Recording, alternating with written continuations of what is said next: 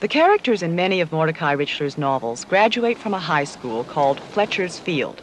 It's modeled on Montreal's Baron Byng High, and although the school is closing down, at this spring reunion, alumni proudly sing of the far distant voices of their adolescent past. But it was Mordecai Richler who made Baron Byng immortal. These are the people who shared his school days and now bask in the school's fictional notoriety. Tonight, Richler is to be the honored speaker. But first, chicken, fruit cocktail, and entertainment volunteered by a local amateur group.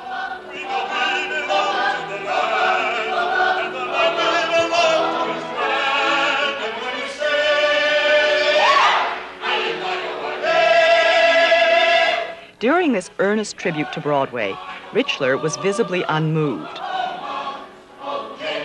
Finally, he begged the organizers to cut the show short before boredom drove everyone away. Ladies and gentlemen, the man who by his own admission will always remain a Room 41 boy, let's welcome St. Urban's horseman, Mr. Mordecai Richler. Mordecai Richler.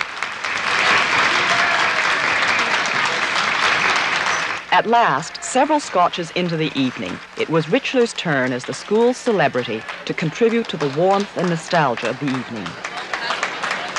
I'll be very brief. Baron Byng turned out to be more useful to me than it was to most of you.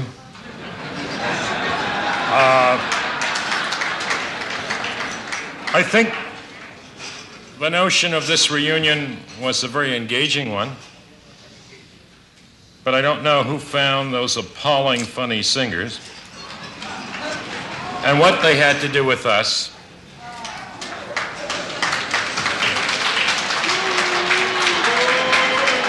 It was vintage Richler, blunt, true, but not perhaps what people wanted to hear.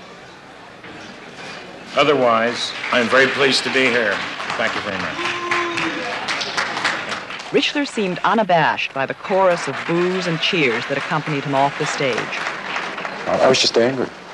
And I'd had a sufficient amount to drink not to be inhibited about it. You have been known to make rather rude statements in public, probably slightly under the influence of... No, that's not fair. I mean, what I mean is I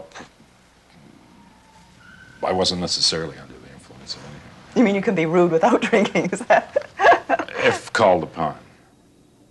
To the chagrin of his critics, Richler is often called upon to comment on Canada for foreign publications. Canada, he wrote years ago, is the end of the earth. Canadians, the world's elected squares. Of writers not honored as he has been by international publishers, Richler claimed they simply do not measure up. What certain writers refuse to face is possibly the problem is their own, and they're just for domestic consumption. I certainly have never tried to disguise that my novels are set in Montreal, or wherever they happen to be set, and I don't think that's a problem. Montreal, in many ways, is a very exotic background. St. Urban Street, Montreal, the heart of the neighborhood where Richler grew up. During his boyhood in the 1930s and 40s, it was poor and almost entirely Jewish. Not especially exotic on the surface, but it proved fertile territory for Mordecai Richler. St. Urban Street produced the settings for his best books and for many touching stories. How long did you live here? The Richler's flat on St. Urban Street was modest, typical of the neighborhood. Mordecai's grandfather was a rabbi.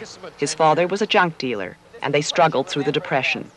It was not until the war years that the family began to prosper. There was a flat on the second floor. The three flats, they're all the same. Did you have a happy childhood? Well, there was a very much a sense of community. We didn't in any way feel deprived. There was certainly always enough to eat. It was kind of warm. But it was also suffocating in that everyone knew where you were going, what you were doing. Then my parents were divorced when I was rather young. But it was not a miserable childhood. But it was a life in a double ghetto. They were Jews in a land dominated by Gentiles and Canadians on a continent dominated by Americans. And though there was some anti-Semitism at home, Jews like Richler would be haunted in later years by guilt that their lives were untouched by the atrocities faced by their fellow Jews in Europe. Did you sing the Maple Leaf Forever? Oh, yeah. In fact, life for a high school student at Baron Byng was carefree, the education typically Canadian. I was very easily bored at school. I liked the after-school activities more. Like what? Well, we'd rush around the corner. We used to play snooker and have a pool room around the corner. But all the Baron Byng boys sought ways to escape the ghetto. For Mordecai Richler, the ticket was to be his typewriter. I was always a writer in my own mind. When you're very young, you tend to be rather more arrogant. And I guess it's a helpful thing in that it's a very arrogant act to write. And you don't doubt at a certain age that you are a writer, which is helpful because it's a very foolish notion. And so I went off to Paris when I was 19 and published a novel, I guess when I was 21 or 22. The novel was The Acrobats, and though it was a critical and financial disaster, Richler had found his future. He continued to live abroad, but 10 years and 3 novels later, he returned to Canada to appear on the CBC in 1961. He took up a theme that would soon become familiar. Being a Jewish writer creates some small problems. At a party in Montreal recently, a man came up to me and said, "When are you going to stop writing about St. Urban Street in Outremont and write something about Canada?" Well, naturally, I consider the Jewish experience, my Jewish experience, as completely Canadian as, say, Morley Callahan's or Hugh McLennan's. And I suppose I will continue to write about St. Urban Street for a long while yet. This spring, 20 years later, Richler published his most ambitious novel.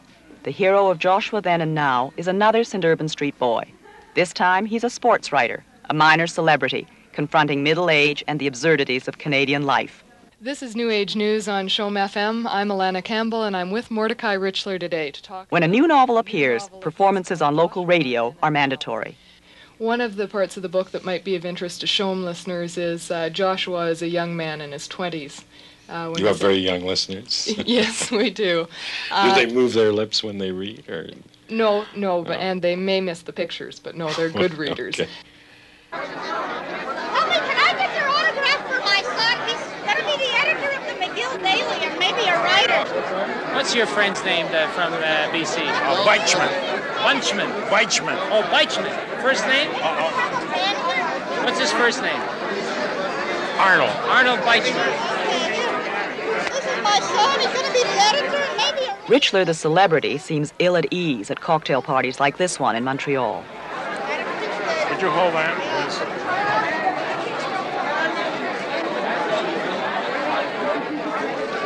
Thank you very Thank much. you very much. Before Joshua Then and Now appeared, Richler's most profitable book was a children's story called Jacob Tutu Meets the Hooded Fang.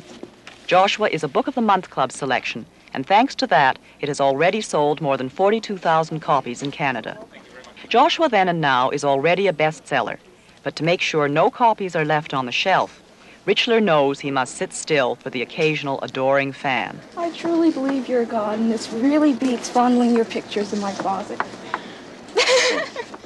Not all Richler's readers are so enthusiastic. His fourth novel, The Apprenticeship of Duddy Kravitz, made Richler famous, but Jews were horrified because the name Duddy Kravitz became a nasty stereotype. Once in a suburban synagogue, a lady stood up to say how much she had enjoyed reading The Apprenticeship of Duddy Kravitz. But why, she asked, couldn't you have given him an Italian name? And then one memorable night out there in Winnipeg, I was asked, why do Jews and homosexuals write so much? How do you feel about the fact that many Jews feel that what you write is anti-Semitic? It sometimes has its amusing ramifications. About 6 months ago, I had a letter from somebody saying that I was anti-Semitic and that consequently I should be burnt in the gas ovens. But it was signed a fellow Jewess, which opened up yet another can of worms, I think. But it's a grievance felt by some people. But I should point out I get as many letters accusing me of being anti-Canadian as I do of being anti-Semitic. Maybe you are. No, I don't think so. But my nature is a critical one, and I tend to be critical of many things I see. As a young man, Richler was so critical of Canada a cultural and political backwater, he called it, that he made England his home for the better part of 20 years. Here, Richler met his wife in what is always called a storybook romance. Florence and Mordecai decided to raise their children abroad. That, Jacob. They're seen here in 1970. By 1972, Richler felt that his family and his homeland had grown up sufficiently that they could all move back to Canada. Like Richler, his creation Joshua Shapiro returns from England and has several children. Like Richler, Joshua and his wife, who is not Jewish, commute between a home in Montreal and one in the eastern townships. Coincidences like these suggest that many of Richler's novels are largely autobiographical. I can't be all these characters in all my novels, from Diddy Kravitz or Jacob Hirsch to the latest, Joshua. But there is a certain identification with Joshua and his attitudes. And it's fair to say that ideologically or emotionally it is autobiographical, whereas the story and the incidents are totally invented, and most of the characters are. So it's not totally unfair, but I'm not issuing a running report on my life. And some of the novels are more autobiographical than others. Do you know at the time that you're writing them whether they're going to be or not, or does that just happen? Well, you don't really know where you're going to go, and I don't map out a novel or have a scheme. You're going to be up there, you know, for 2 or 3 years, and if you knew what was going to happen, it would be hell. It's bad enough. You know, he has this gruff, occasionally surly exterior, but it's all a show. It's just to protect him, and so, with no further ado, Mordecai Richler.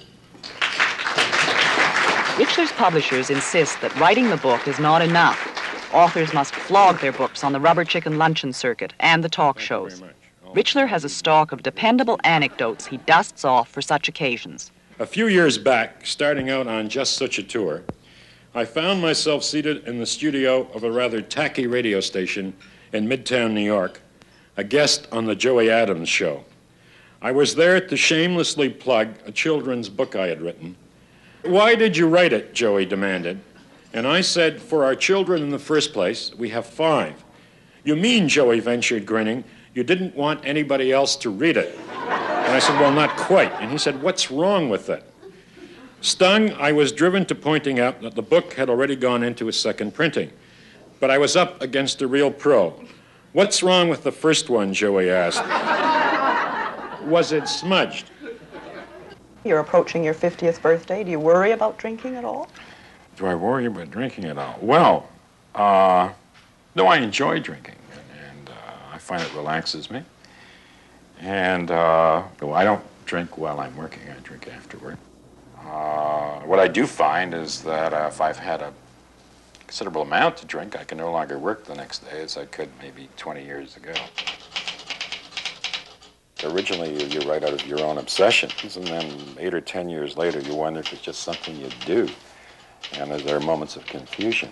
It's the only thing I can do reasonably well. I wouldn't want to do anything else, and I do feel a need to write, yes. At 49, writing is the only work he's ever known. But Richler has become accustomed to a lifestyle that his novels alone could not support. So he's writing an original screenplay for $100,000, and he's earning a reported $30,000 a year for sitting on the editorial board of the Book of the Month Club. I never expect to be a true bestseller internationally. I don't write that kind of novel. I'm not Judy Krantz or Sidney Sheldon. I don't write that kind of thing.